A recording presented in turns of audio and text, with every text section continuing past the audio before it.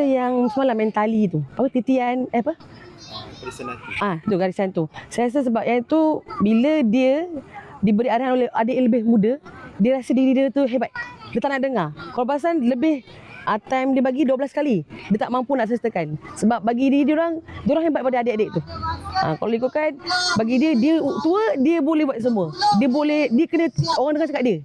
Sekarang ni bila program tu buat, mungkin bagi dia okey, lepas ni tak kira siapa ketua, umur macam mana pun kena tetap dengar.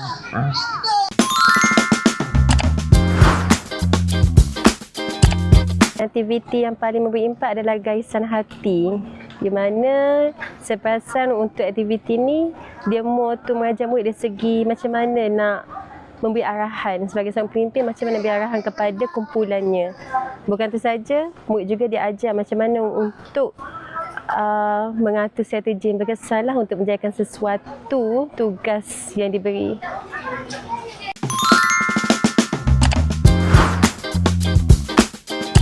Yang paling pelajar suka, saya tengok malam kebudayaan. Malam kebudayaan.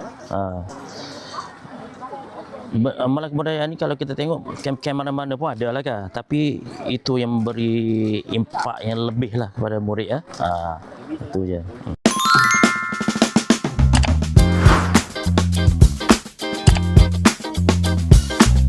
Dari segi aktiviti pula semestinya di pantai. Di pantai tu kita belajar untuk hidupkan api, memasak dan juga pasang kemah.